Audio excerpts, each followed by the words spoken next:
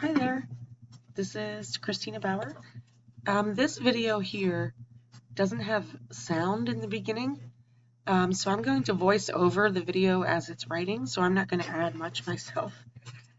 So I'm going to play it and explain the main parts here. So here we go. So in this chapter, we're looking at solubility and factors that affect it. That means how soluble is something? How much can I actually dissolve? So some things that matter are temperature and pressure. So in general, solids are more soluble in hot than in cold solvents. And you know that if you are trying to dissolve sugar in hot tea, it will dissolve a lot faster than if you try to dissolve it in cold tea. So if you look at a curve of solubility versus temperature, you will actually see a few different lines here.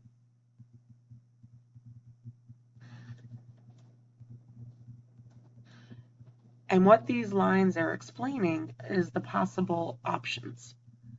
So most of the time, you'll see a straight line here, where as you increase the temperature, that's on the x-axis, the solubility goes up on the y-axis. There's a few solids that are less soluble when it's hot. That's this negative slope.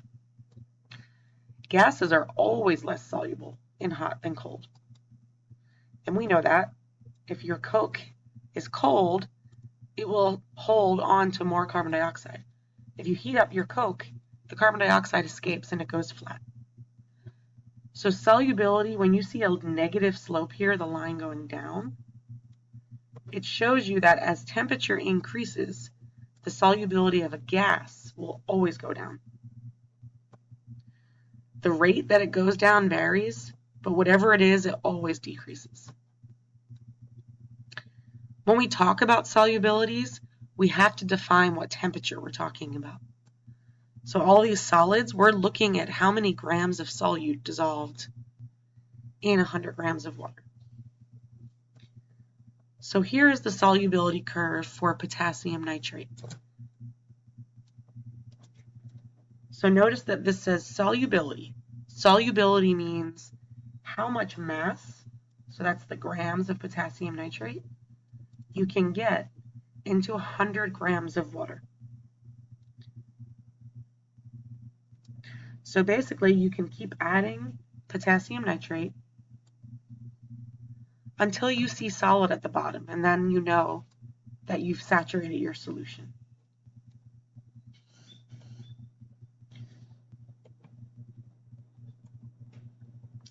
So down here we see given solubility.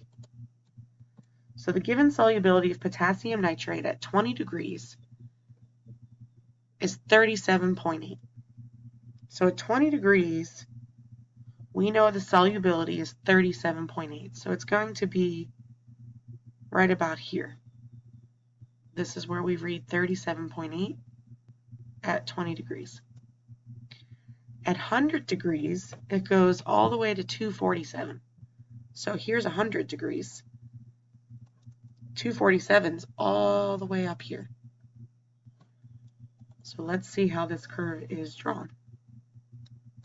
So we're noting, we look at the x-axis for 20 and the y-axis for 37.8. Now we're going to go find up here the solubility at 100. And typically we draw a straight line. So if you connect those lines, this is typically what a solubility curve will look like. So I can figure out that if I'm at 60 degrees, for example, I can dissolve about 130 grams of potassium nitrate in 100 grams of water.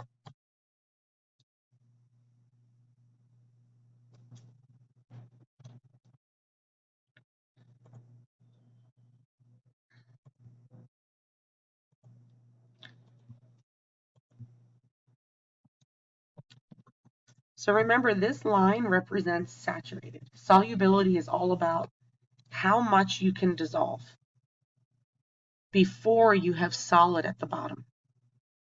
That's when you know it's saturated.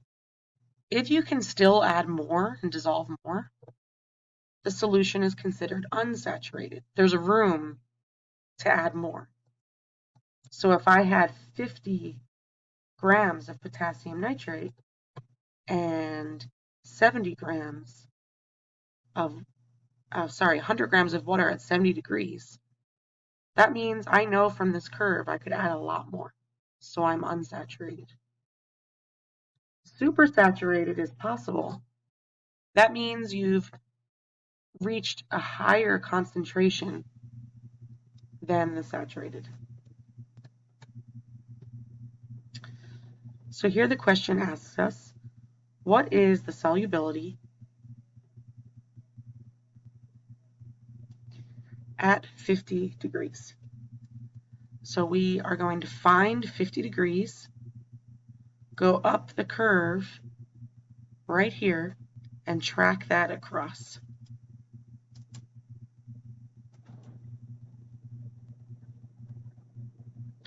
So it's slightly above 100.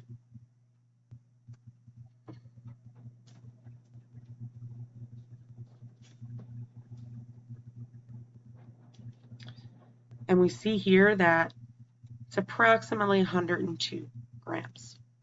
So at 50 degrees, we can get approximately 102 grams of potassium nitrate in 100 grams of water. And that's the solubility.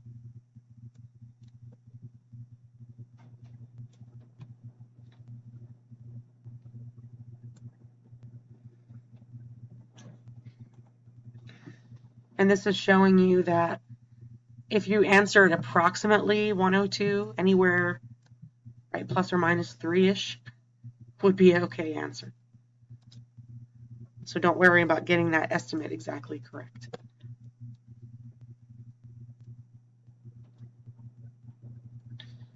And here we see you try. What is the solubility at 70 degrees? So you will go to the 70 here, trace it up, and I see it right above 150. So to me, that also looks like about 152, 153. And let us see what answer is written on this video. It says about 150. Okay, so plus or minus 2 or 3 is totally fine. So the solubility again, the amount of water is constant, 100 grams. So the bottom stayed the same. We just changed the amount of potassium nitrate and the temperature. What type of solution contains 150 grams of potassium nitrate in 100 grams of water at 70 or 30? So wait, we want to know with this question, are we above or below the curve? So at 70 degrees, I can get up to about 150-ish grams. So that is just below saturation.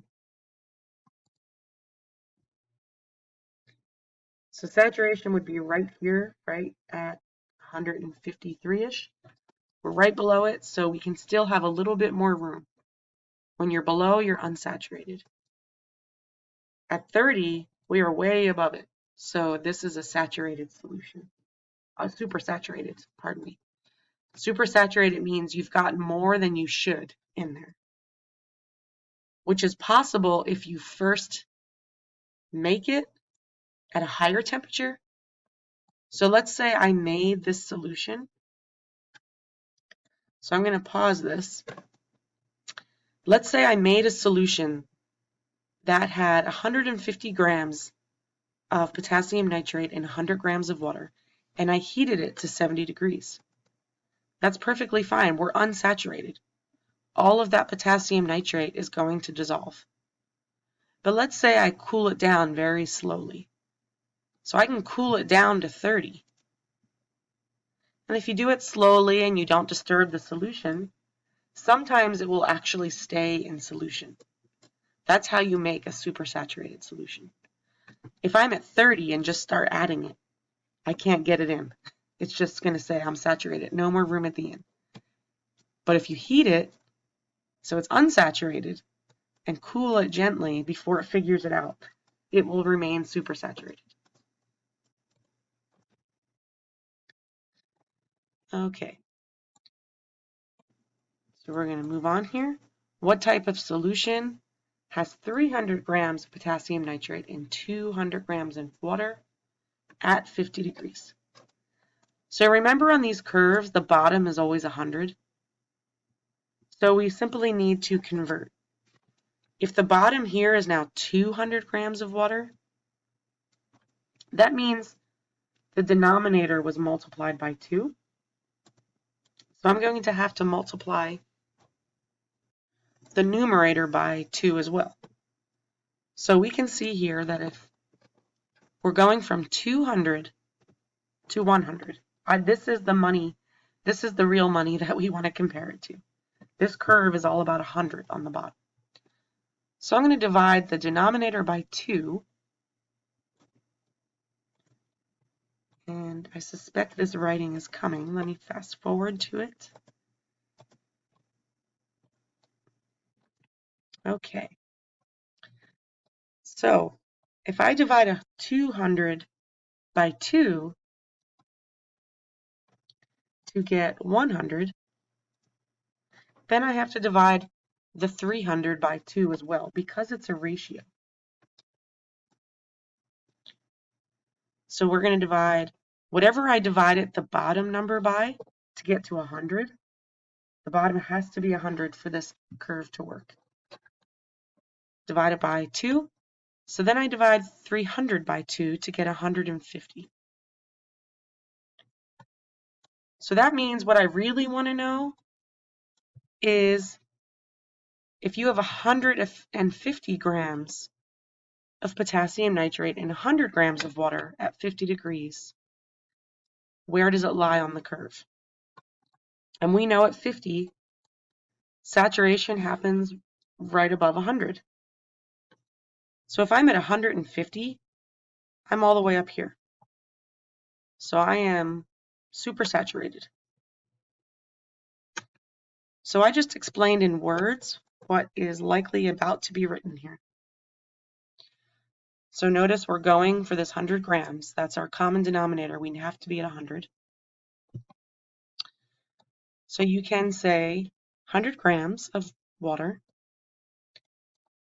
And we know that we have 200 grams of water with 300 grams of potassium nitrate. So we're going to convert. Now we cancel out the water and we have potassium nitrate. So that gives us 150 grams of potassium nitrate in the 100 grams of water. This is the same thing as what I just explained in terms of dividing the 200 by 2. So then I have to divide the 300 by 2.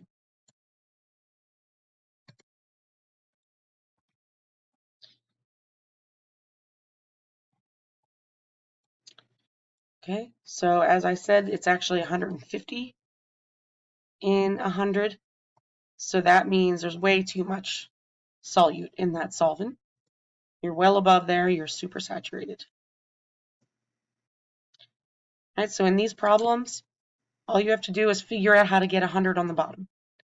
Whatever denominator, whatever you have to divide it by or multiply it by, you do the same to the top number.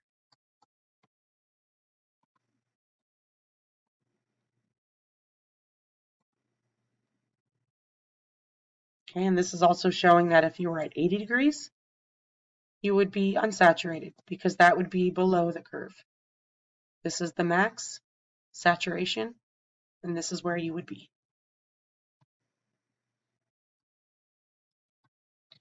Now this video is about to run out of time. I'm using something. I'm going to go to the next.